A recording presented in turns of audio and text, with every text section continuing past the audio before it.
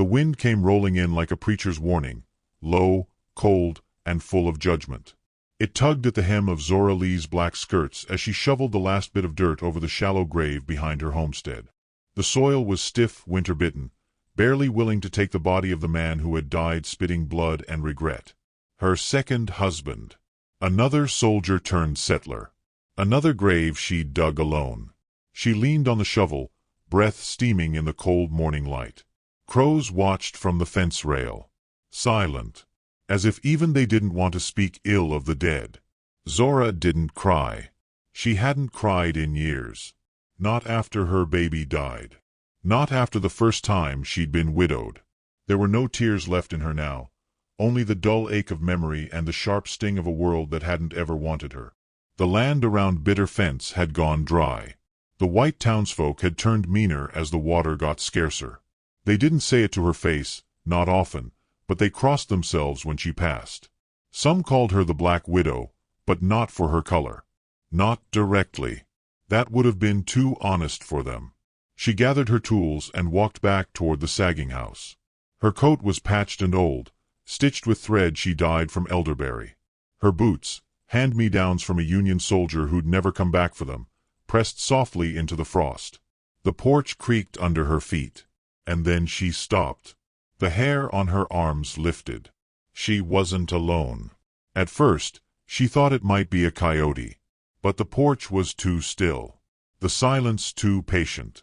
She crouched low, shifting to the left side of the steps where the shadows were thickest.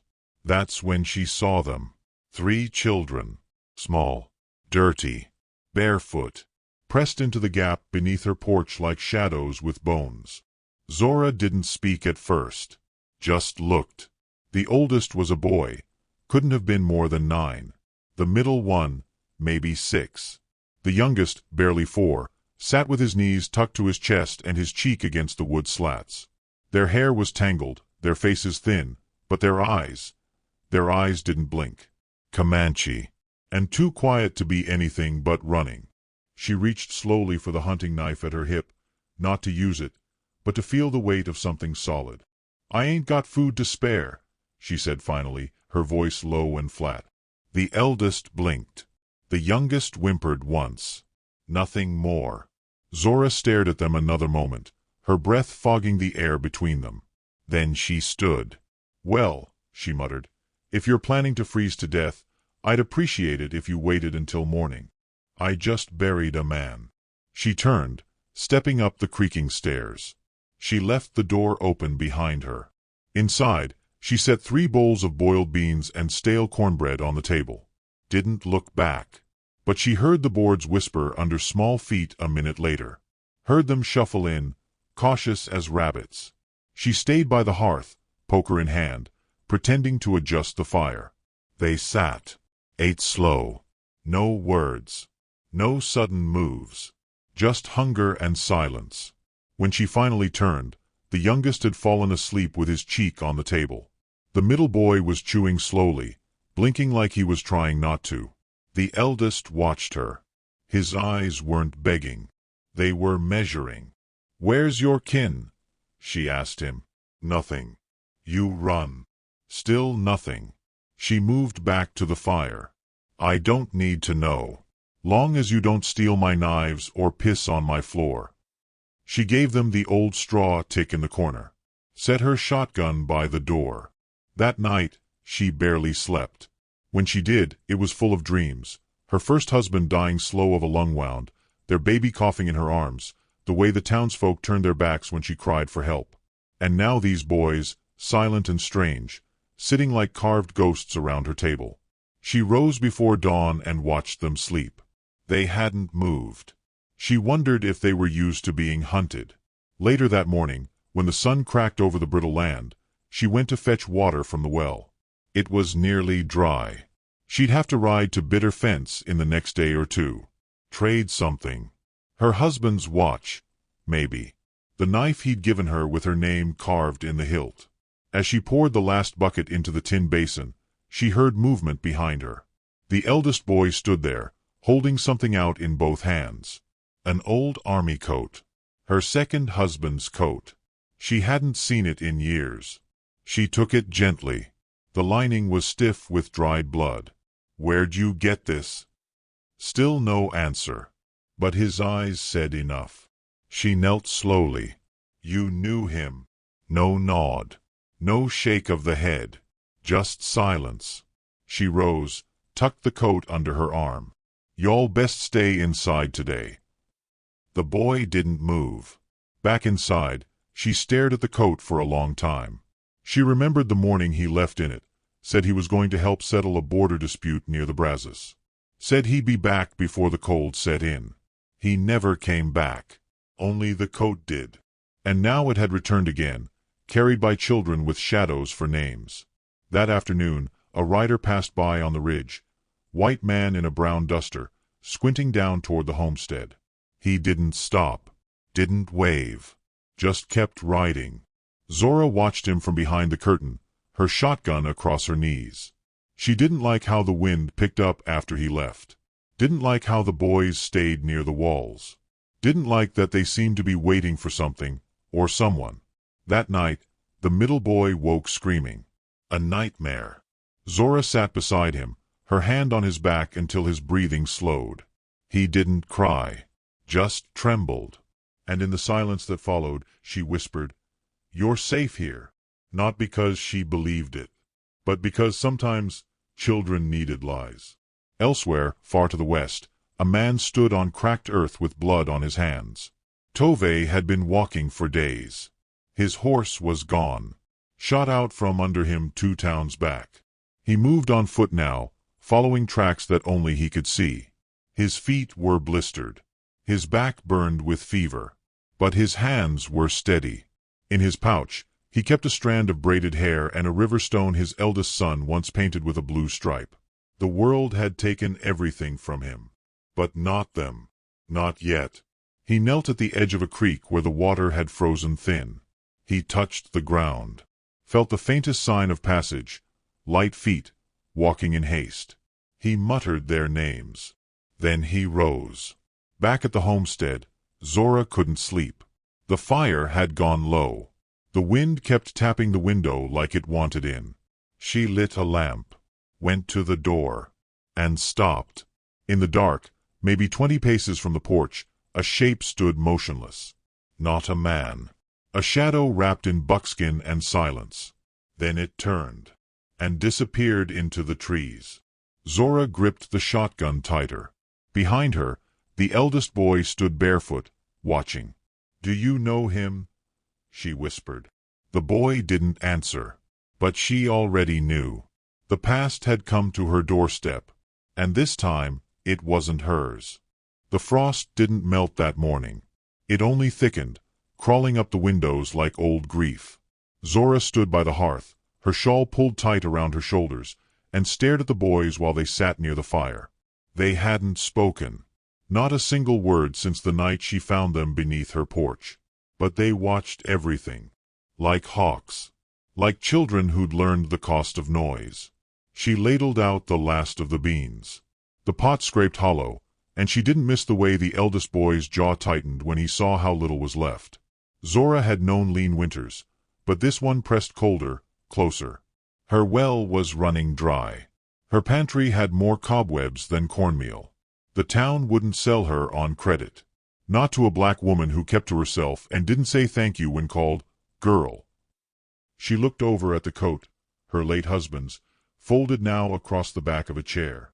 Dried blood stiffened the sleeves. She'd kept it to remind herself not to trust soft beginnings. The boys needed food. She'd have to go into town. But Bitter Fence had grown mean since the Union left. Meaner since the last drought. White folk didn't like to see a black woman living free, much less one that had her own land and didn't ask for permission. She scraped the bowls clean and told the boys to stay inside.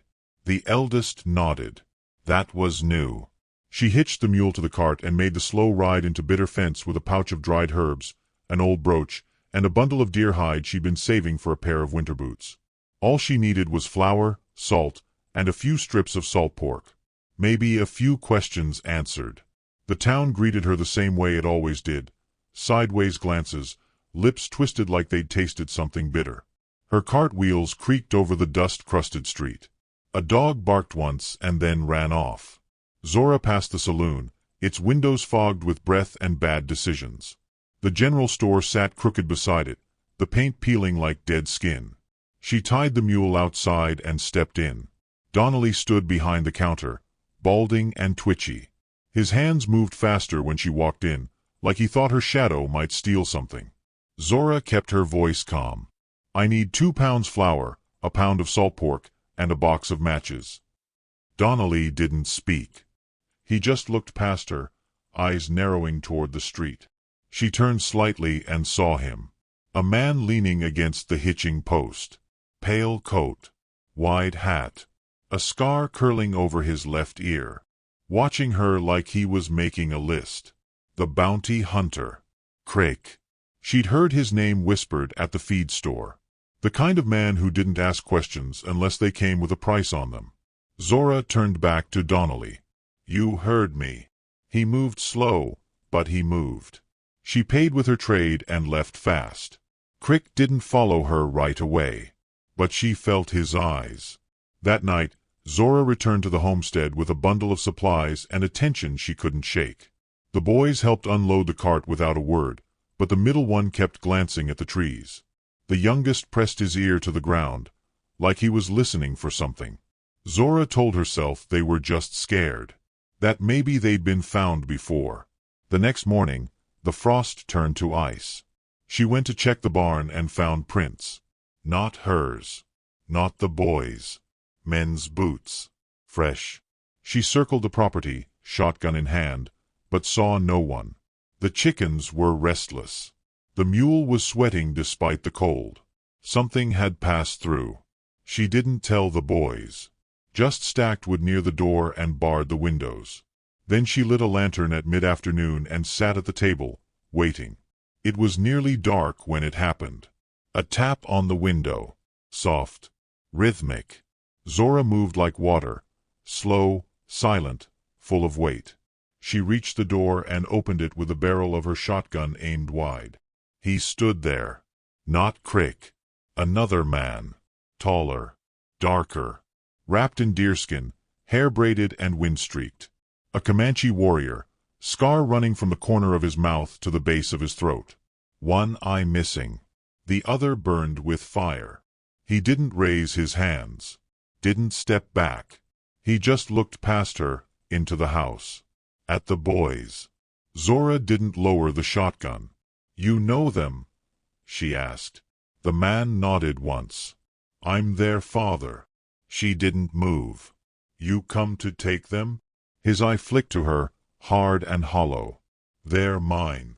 "No. They're theirs." The standoff stretched like rope pulled tight. Behind her, the middle boy stepped forward. Silent. Unafraid. Zora lowered the gun slightly. "Come inside.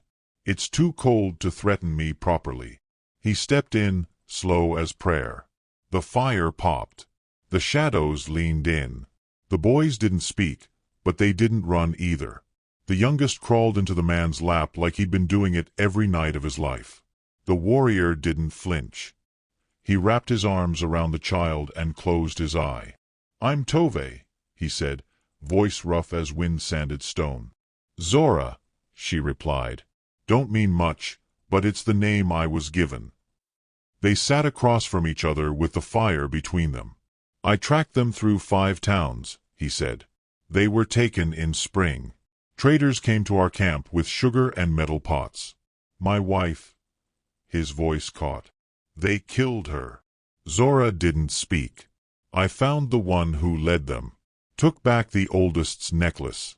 Followed the rest of the trail here." "They didn't speak a word for 5 days," she said. "They were taught not to." Silence again. Then softer. "You cared for them." "I didn't mean to. To mean it doesn't make it less real." Tove looked down at the youngest curled against him. "They need to come with me." Zora's jaw tightened. "You got food?" "No." "Shelter?" "No." "Then they'll die." Tove's expression didn't change. "You think they'll live here?" They've already lived longer than they would have without me. The fire cracked. Wind howled against the chimney. The shadows seemed to lean in closer.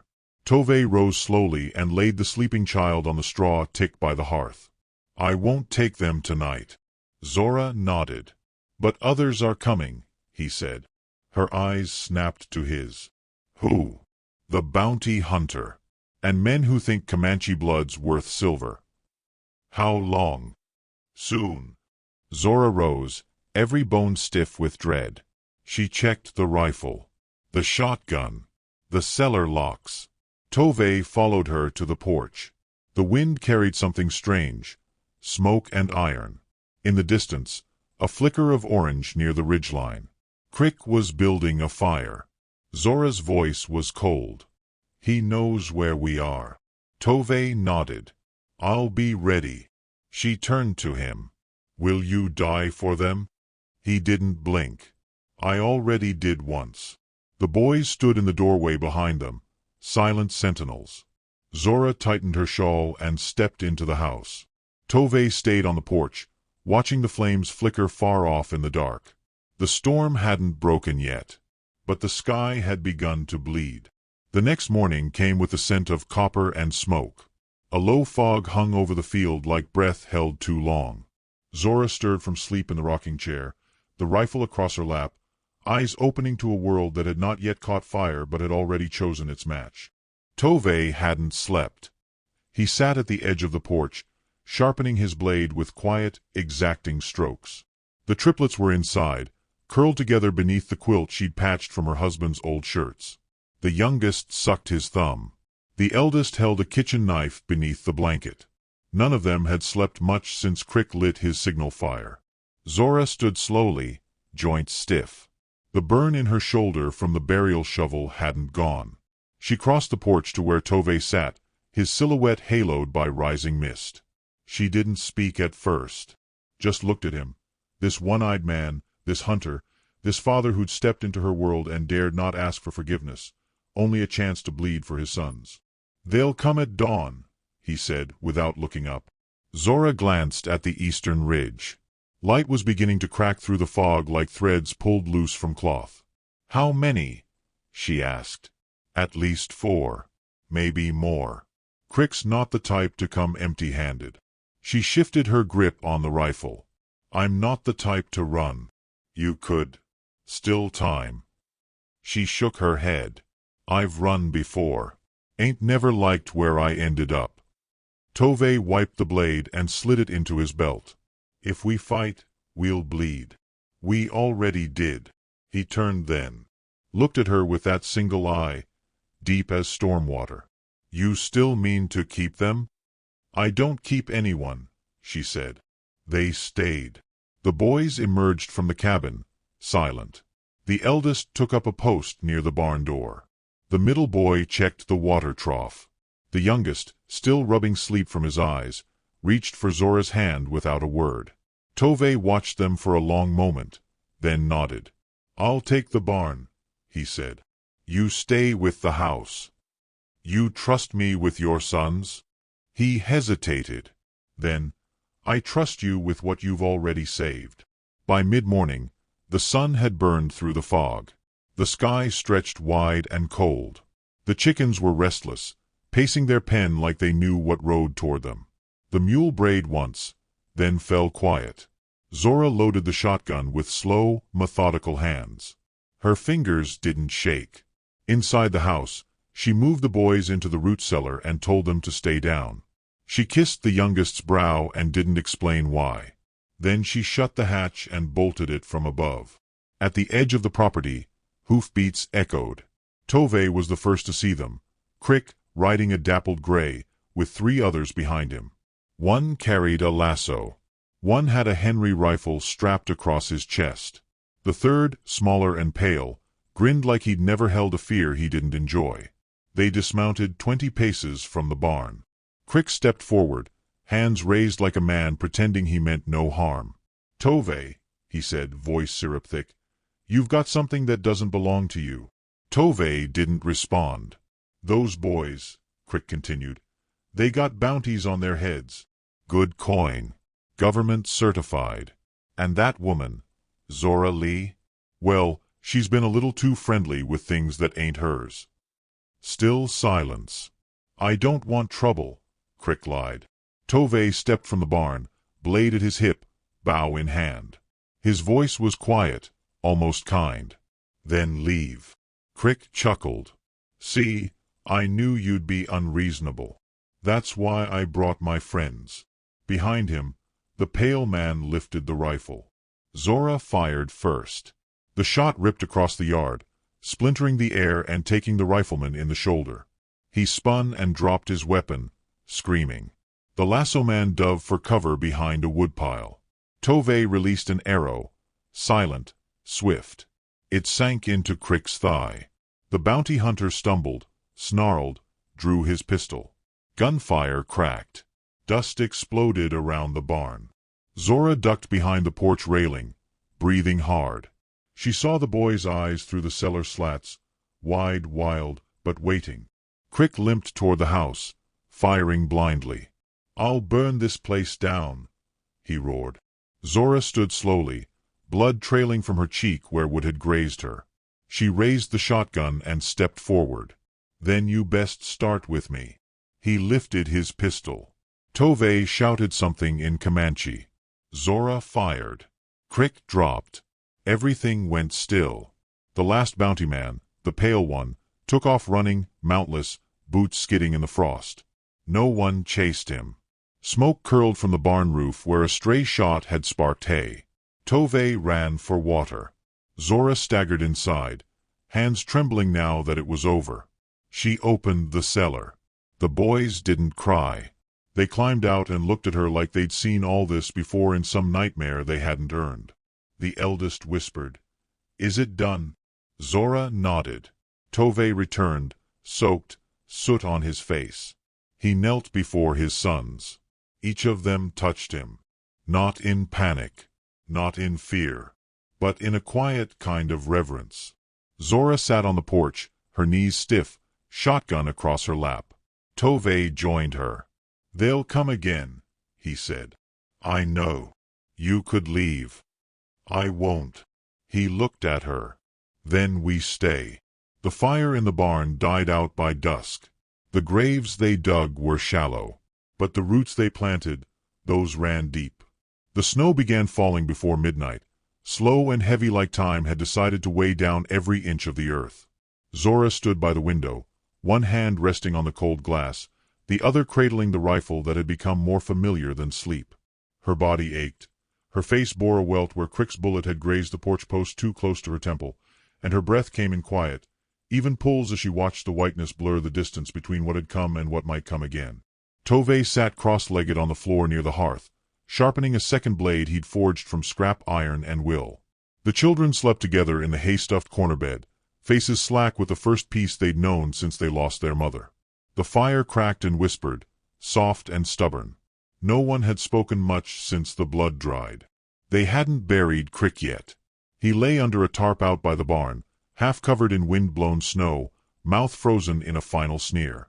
The smaller man who fled hadn't returned, but every hour that passed, Zora felt eyes in the dark, eyes that watched and waited and whispered to someone just far enough away to listen. "You hear it?" she asked without looking back. Tovey's voice came like flint against stone. "Not yet. But I feel it." She turned slowly, facing him. "You think they'll come before dawn? They might not wait that long." He tested the edge of his blade with his thumb, wiped it clean. She tightened her grip on the rifle and crossed the room, lowering herself onto the stool beside him. The silence between them wasn't empty. It was earned, carved out by loss, molded by fire. "They don't belong to me," she said after a while. "Tovey's I didn't move from the flames. But I think I belong to them now." He gave the smallest nod, barely more than a breath. "They won't ever be one thing," she continued. "Not just Comanche. Not just what this world wants them to be. They'll be stronger for it," he said, "or torn apart by it. Only if we teach them to fear it." The firelight shifted across their faces. Outside, the wind picked up. Somewhere far off, a tree groaned under its own weight and cracked. Zora stood and moved to the door. She opened it just enough to let the wind speak. Nothing yet. But the air had changed. She turned back and met his gaze. If they come tonight, we make it the last time. Tove rose, eyes hard as obsidian. Then let's prepare. Together they moved through the house. They filled buckets with snow in case fire caught again. They repositioned the furniture into barricades. Zora laid 2 pistols by the pantry, 1 knife by the cellar door. She showed Tove the loose floorboard where she'd hidden her husband's revolver. He showed her how to tie a short bowline knot to snare ankles in the dark. The boys woke to the sound of wood shifting and came quietly to the fire. The middle one pulled on his brother's coat. The youngest rubbed his eyes, reached for Zora's hand without hesitation. She knelt beside them, touching their faces. You stay low. You listen to what we say, when we say it. And if something happens... The eldest interrupted, voice a whisper shaped like steel. We don't run. Tove crouched beside him. No. You survive. The wind wailed once, high and long like a wounded animal. Then came the sound of hooves. Zora moved to the window. Through the blowing snow, figures emerged. 4, maybe 5. Coats pulled tight. Lanterns swinging from one saddle. Rifles glinting in flashes. Not townsfolk. Not law. They rode like men who'd done this before. Positions, she said. Tove nodded once. I'll take the barn. No, she said firmly. We do this side by side. He paused, then passed her the knife. For the close work. The men dismounted at the fence, spreading out. One stepped forward, tall, with a thick beard and a silver badge that meant nothing without a court to back it. He cupped a hand to his mouth. Zora Lee. We got claims on them children. You're aiding a fugitive. Hand him over, and we walk away clean. Zora stepped onto the porch, rifle cradled. They're not yours. They ain't yours either. A pause, heavy with snow and gunpowder. They chose me, she said. The man laughed. They ain't old enough to choose nothing. Zora's voice dropped low. They're old enough to remember what your kind did to their mother. He spat. That redskin there with you, he kill white men. Armies got rope ready for his neck. Tove stepped beside her, unarmed. Let them come. The man's lip curled. Last chance. Zora shook her head. That sounds like a mistake. The man signaled. A shot rang out. Tove pulled her down as a bullet snapped overhead. The porch rail exploded.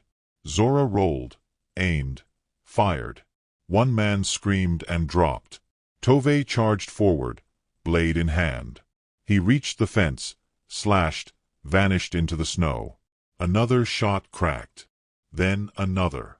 Zora ducked behind the water trough, fired again. Hit the lantern. The light burst and went dark, plunging the field into shadow. Screams. Steel. Hooves panicking. Then silence. Tove reappeared moments later, limping. Blood on his arm. He dragged the bearded man with the badge by the collar and threw him to the snow. Your last man ran, he said. Zora approached slowly. You ever come back here, she told the man on the ground. I won't bury you. He spat blood. This land's gonna swallow you, widow. She raised her rifle. Then I'll go down fighting. Tove yanked him to his feet, turned him around, and let him walk into the storm. They didn't speak as they gathered the weapons, loaded the bodies onto the wagon. The wind did the crying for them. By dawn, it was over. The snow turned blue in the early light. Inside, the boys ate quietly at the table. Zora sat beside them, her hair loose, her face marked with ash and dried blood. Tove stood by the window, watching the ridge. You could go now, she said. I could. They might be safer. Safer doesn't mean better. She looked at him. You planning to stay? He didn't answer. just sat down beside her and passed the youngest a piece of warm cornbread. The boy smiled. It was crooked, unpracticed, but it was real. Later that week, when the ground softened enough to dig, they buried the men behind the tree line. No markers, no names, just cold dirt and the sound of wind threading between the pines. Zora stitched new blankets from what remained of her late husband's clothes. Tove carved words into the porch post in both English and Comanche. Not their names, not their past, just one truth. We chose each other. Which city are you watching our video from? Please leave a comment. Please subscribe to the channel as well. Thank you.